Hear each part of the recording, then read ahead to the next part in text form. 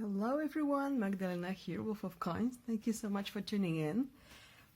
I thought I would make an experiment and remove my book segment from my monthly wrap-ups into separate videos. Please let me know how you like this format. I'm doing this mostly for two reasons. One reason being I like talking about books, so it might be taking quite a lot of time in my wrap-ups. Plus, the second thing is maybe there are some people who are interested in specific books, but they are not interested in my wrap-ups, so they never see my kind of reviews. I prefer to call them talks of the books. But anyway, please let me know. So where do I start? Well, let's start with this one. So I read these two this month, and this is a book by Buffie Johnson, Lady of the Beasts, the Goddess and Her Sacred Animals. And this is basically what's it about. It's a book that explores the themes of sacred animals related to the goddess. And for the illustrations alone, it's a really great... I would treat it more like a reference book. It's written in... It's not particularly new, actually. Well, here is copyright 1994, but I believe... Well, maybe that's when it was published.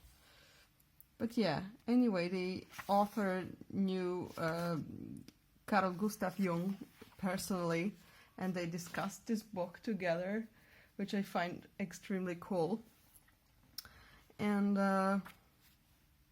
yeah, so we get also these colorful illustrations inside.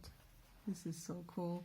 So she takes images of the goddess from all around the world, basically.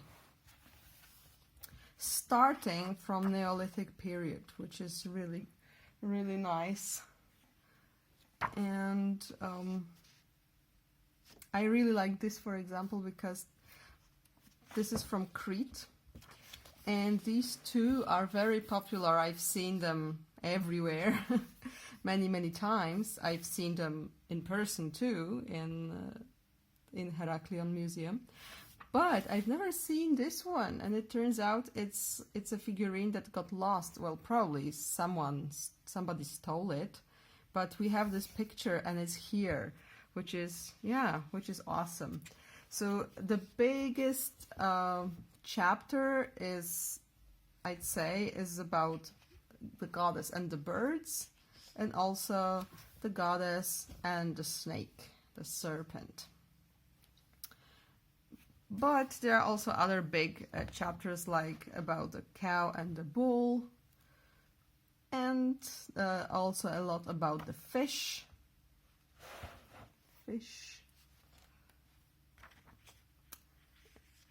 Plus some shorter chapters, like about a spider, for example, or a scorpion. And I love that she included all those cave paintings. They are fascinating to me. Yeah, there is something I really would like to show you. I think it was in the fish chapter. This, where is it? Where are you? Yeah, it also shows later Christian images that still have similar excuse me, symbolism to the older traditions. Oh, come on, where are you?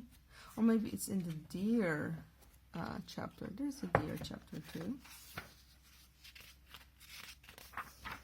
Wait a minute. No? Sorry. There's this awesome picture I really wanted to show you because I'm still so impressed. But apparently I cannot find it. Last chance, if it's... Oh, yes, it's here. It's in the fish chapter. So look at that. Look at this image. Isn't this amazing? And this is engraved on a tine. And this is Magdalenian in one of those French caves. Look how... how detailed and how realistic this looks. It's deer and fish. And we all often imagine like people in those old times. So Magdalenian, there's like a nice table here. Look, there is early Magdalenian, late Magdalenian.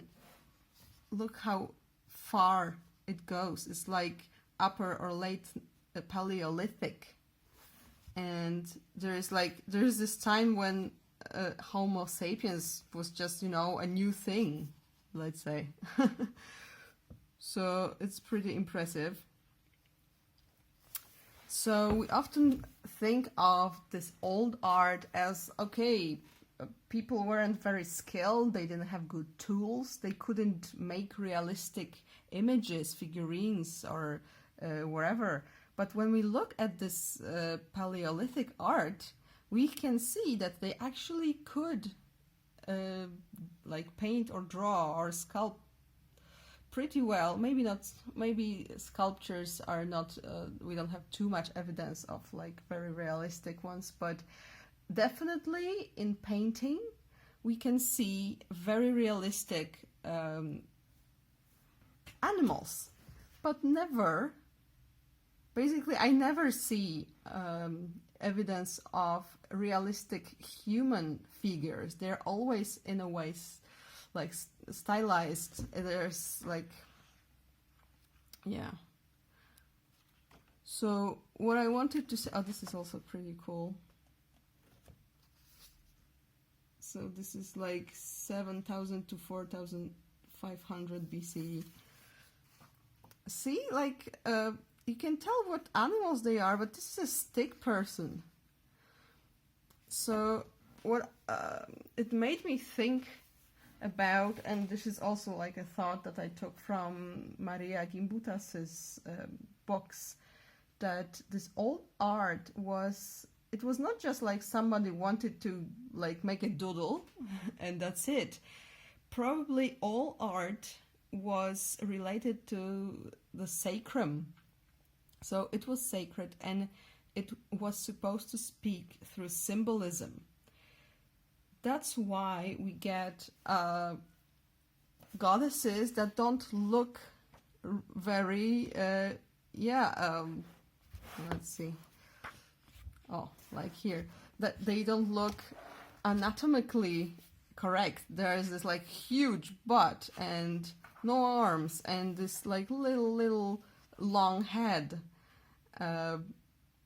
This is because this was something that was supposed to serve like as a spiritual, I don't know, support or for ritual purposes. But what I mean is, from Maria Gimbutas's work, we learned that those like large buttocks, it was a symbol of a life-giving force.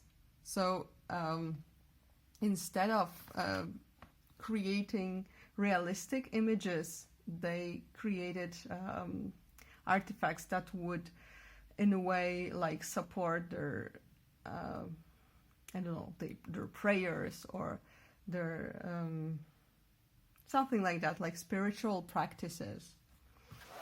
Let's put it there. And yeah, what's pretty cool, she also mentions like more modern, not only like very old stuff, but also modern in a way that there are, oh, look at that, this is very old. Like between 18,000, 14,000 BCE, a lioness. But yeah, where was I? So, look at this cute birdie.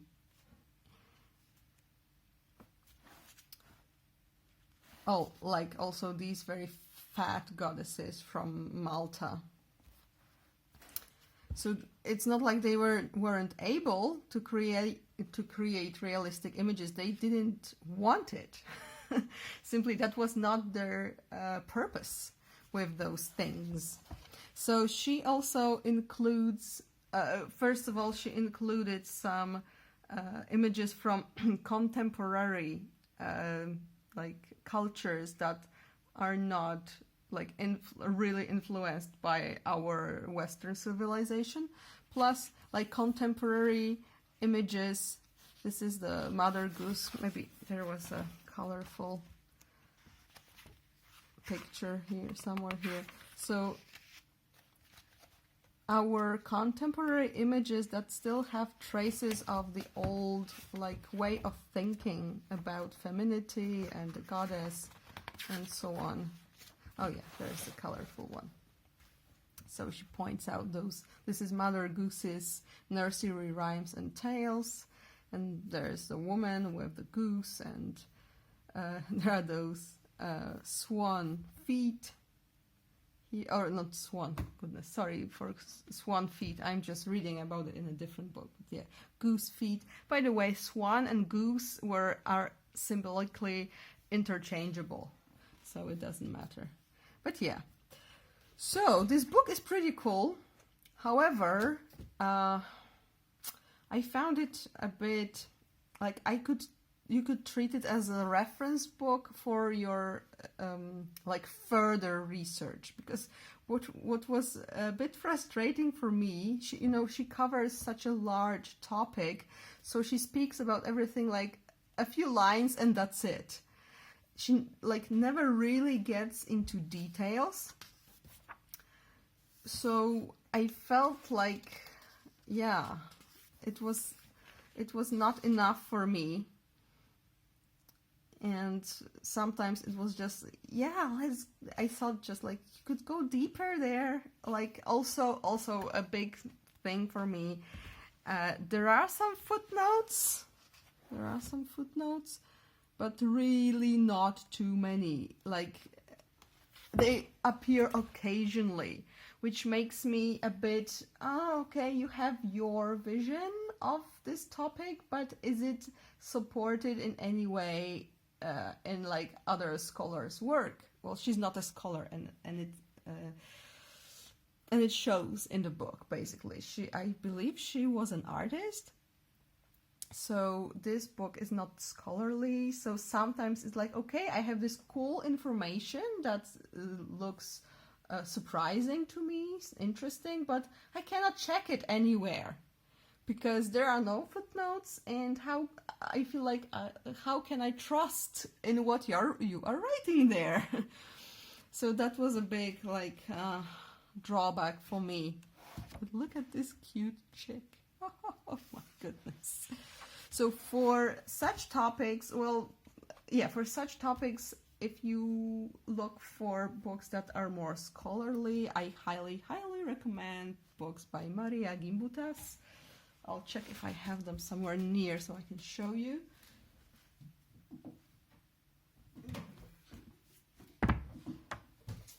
Oh yeah, this book is excellent, and it's still in print. And also, oh goodness, this book. So The Language of the Goddess, forward. Surprise, surprise, by Joseph Campbell, who will be my next topic in this video. But yeah, this is a wonderful book. I've shown this on my channel before a bit, but this is out of print, so you would have to, like me, buy it used somewhere. And this, I believe, is still in print, and it's excellent. It focuses mostly on archaeology, but it also includes later like mythology, folk tales, like complexes of belief. So it's a bit similar to this one, but it also obviously it doesn't cover only animals. But it's a work by a scholar, so it's much more, it's easier to rely on the information here. And also you can like to go further with it. Yeah. However, as I said, this book is very interesting. I found some cool information here, plus the illustrations are amazing. Like this collection of all those artifacts related to the goddess. Like, look at this. This is so cool. This is what 53. It's alabaster statuette of Astarte as pot mother with breasts holding a vessel in her lap. And apparently it was a vessel itself. You could like pour, for example, milk inside and it would drip from her breasts. And there were many such vessels also used for, which I learned from this book, which were used for example, like there would be a vessel with holes, for example, in horns, from which grain would, it would be possible for grain to drop, so you could use it for ritual sowing of the grains. And other, I love this one. This is the bird-headed Madonna with a little birdie baby from Cyprus. Oh yeah, so you see there are like various, there's also like a picture with boobs and you can tell like the breasts were sacred. They're like surrounded by those dots here, and so yeah, good stuff. The only thing is that you can't really like treat it as a scholarly work. And now, sorry, need to remove all that. Let's get into this one. So Joseph Campbell, here's a famous name, and in the books that I've been reading through many years, I've like seen his name really often, but I never really read his book. I think this one is the most famous, The Hero with 1,000 Faces, but when I was reading it, I don't think I was in the proper moment in my life. I was very distracted and I couldn't really focus on this book. So after 2 chapters, I stopped reading. But yeah, I will of course read it in the future. But I actually read this one first, just this month. And oh my god, I was so impressed. This book, The Power of Myth, is like a book-long interview with Joseph Campbell done by Bill Myers. And it's divided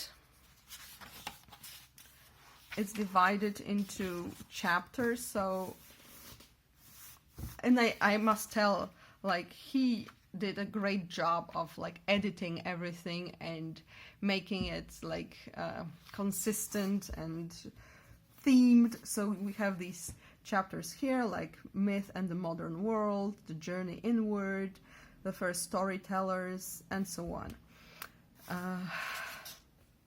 So yeah, so this is basically, they talk.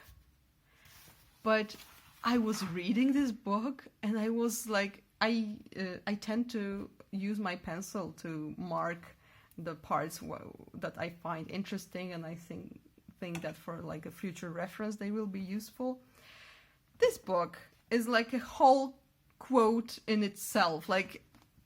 I was underlining on almost every page or every other page, but it was, oh my goodness, it's so good. This man was so brilliant, I have no words. So I was a bit why didn't I read it earlier? It's why? But then I thought, yeah, maybe it was not the right moment for me, and now was the right moment. But I found so many precious things in this book that I ordered 3 more books by him. So yeah, brilliant mind, brilliant heart, And he was a person who really wanted to,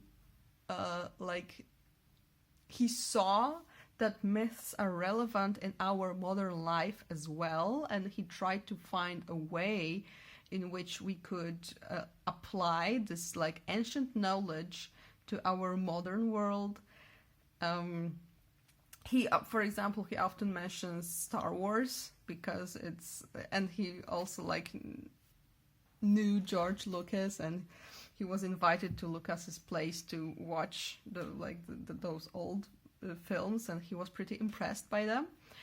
So I really loved this, like applying ancient knowledge to our modern life. Like, we should realize that these are not things of the past, that they are still relevant, and we can learn from them and we can use them. Of course, we cannot like use them like people in the past did, because we are not people in the past, we are different people. However, there are so many things that we can learn from, so we should really appreciate this ancient knowledge passed to us. And he talks, it's beautiful because he was of the opinion that in modern world we should be like all people on the planet Earth should be one tribe. So he explained that in the old times there was like you belonged to a tribe, and rules that applied to your tribe did not apply to people from outside. So you would be like hostile towards them, attack them, whatever, and not see them as like people. But in this modern world, Campbell says, we should treat like everyone on Earth as our people.